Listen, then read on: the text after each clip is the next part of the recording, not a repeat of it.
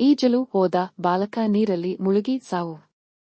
Basavakalyan dam ನೀರಿನಲ್ಲಿ ಈಜಲು ಹೋದ ಬಾಲಕನೊಬ್ಬ ನೀರಿನಲ್ಲಿ ಮುಳುಗಿ ಮೃತಪಟ್ಟ ಘಟನೆ ತಾಲೂಕಿನ ಖೇರ್ಡಾ ಬಿ ಗ್ರಾಮದಲ್ಲಿ ಜರುಗಿದೆ.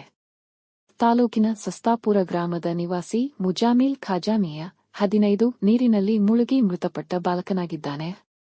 ಮೂಲತಃ ಸಸ್ತಾಪುರ ಗ್ರಾಮದವನಾಗಿರುವ ಈತ ಕಳೆದ ಕೆಲ ದಿನಗಳಿಂದ ತನ್ನ ತಾಯಿ ತವರು ಮನೆಯಾಗಿರುವ ತಡೋಳ ಗ್ರಾಮದಲ್ಲಿ ನೆಲೆಸಿದ್ದ.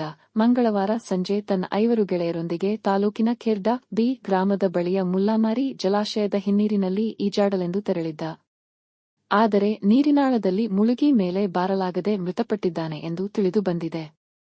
ಘಟನೆ ಬಗ್ಗೆ ಮಾಹಿತಿ ಪಡೆದ ಅಗ್ನಿಶಾಮಕ ದಳದ ಸಿಬ್ಬಂದಿಗಳ ತಂಡ ಸ್ಥಳಕ್ಕೆ ಧಾವಿಸಿ ಸ್ಥಳೀಯರ ಸಹಾಯದೊಂದಿಗೆ ನೀರಿನಲ್ಲಿ ಮುಳುಗಿ ನಾಪತ್ತೆಯಾಗಿದ್ದ ಬಾಲಕನ ಶವ ಹೊರತೆಗೆಯುವಲ್ಲಿ ಯಶಸ್ವಿಯಾಗಿದ್ದಾರೆ.